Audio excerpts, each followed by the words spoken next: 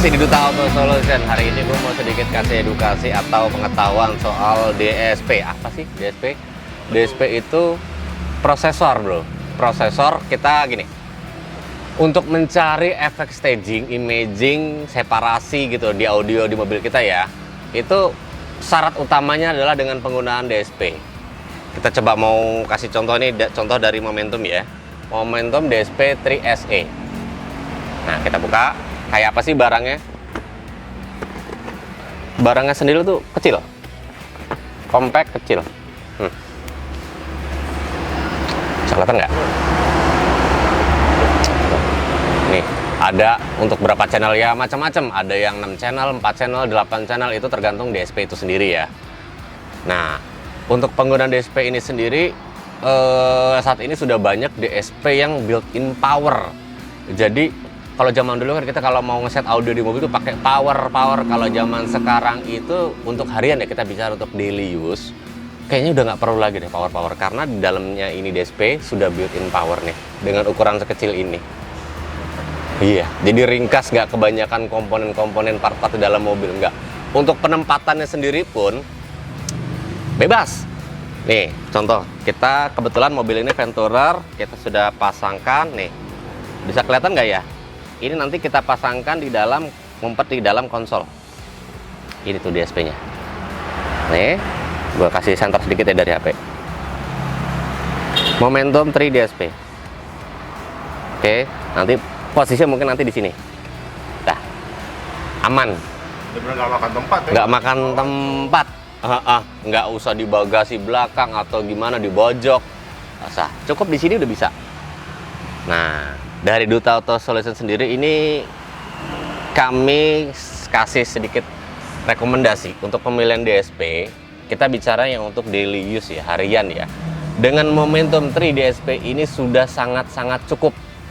Nggak perlu yang harganya tuh di atas 10. Tenang, ini masih under 5 juta bro. Dengan DSP ini harganya under 5 juta, di bawah 5 juta.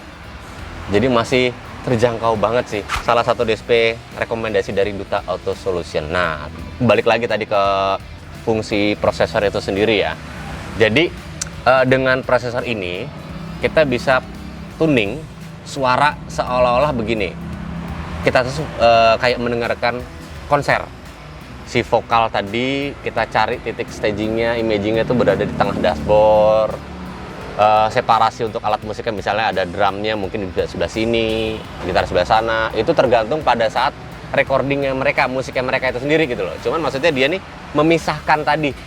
Kalau audio standar itu semua ngeblend bro, berbaur suaranya. Jadi kita nggak bisa ngebayangin ini vokalnya di mana ya, gitarnya di mana ya. Tapi dengan adanya DSP atau prosesor ini, semua itu jadi jelas.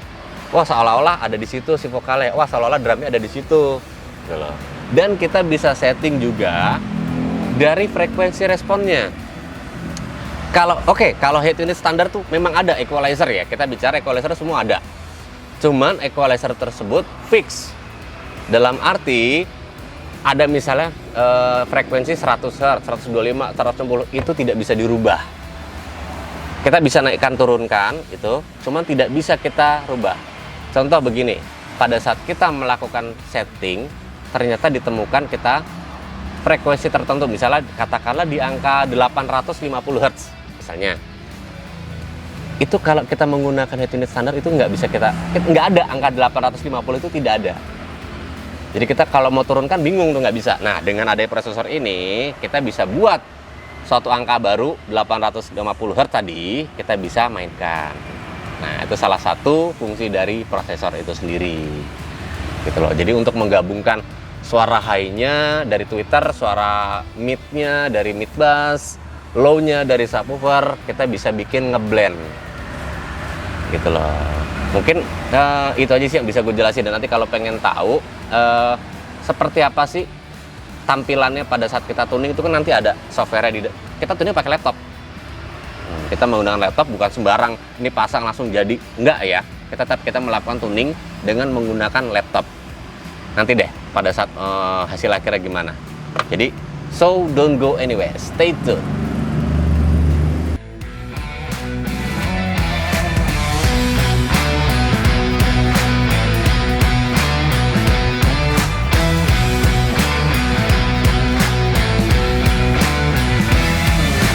Oke, sekarang sudah proses tuning.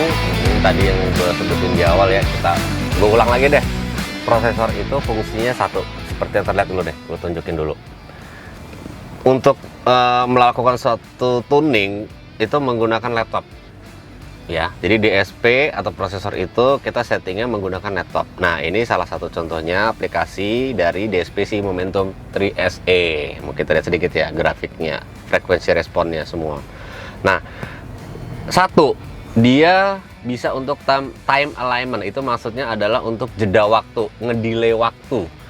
Nah, itulah nanti proses yang untuk kita cari center point-nya. Misalnya vokalnya tuh di tengah, itu semua kita setting dari time alignment-nya sendiri. Nih di sebelah sini nih ada angka-angka delay berapa milisecond. Nah, itulah yang disebut dengan time alignment. Kedua, ini yang tadi gue bahas soal frekuensi respon. Di sini ada beberapa frekuensi charge. Nah, dia seperti parametrik ya. Jadi parameter-parameter frekuensi itu sendiri bisa kita rubah. Jadi bisa kita create, kita bikin sendiri frekuensi berapakah yang berlebih atau kurang. Nanti kita create tadi nominalnya. Nah, baru kita set tuh, kita boost atau kita cut. Itu tadi. Jadi pertama time alignment, kedua frekuensi respon, ketiga mungkin ada slotnya ya untuk cutting frekuensinya. Untuk nge-cut katakanlah begini. Twitter atau high frekuensi itu bermain di frekuensi berapa sampai berapa. Jadi kita cut, kita batasi tujuannya agar tidak clipping atau nanti mungkin bisa jebol. Istilah kata gitu. Jadi nggak cuma high frekuensi doang. Mid-nya atau low sub-nya juga semua kita cutting. Kita cari mana yang paling pas yang nggak clipping. Gitu sih. Nah, sekarang gue mau tes hasil suaranya dengan konfigurasi ini speaker standar. Nggak ada perubahan atau upgrade di sektor speaker, nggak ada ya. Subwoofernya sendiri menggunakan subwoofer kolong, udah nggak perlu gue sebut kali mereknya ya. Sisanya power nggak ada, jadi hanya di DSP saja perubahannya. DSP tadi kita tes suaranya nih ya.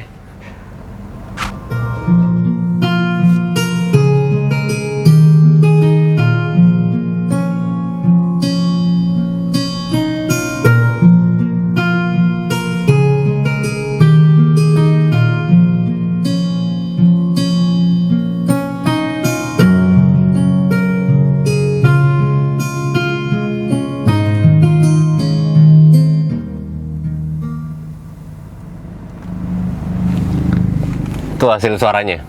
Ingat, kalau misalnya ada butuh-butuh pertanyaan soal DSP atau prosesor, silahkan hubungi kami di Duta Auto Solution.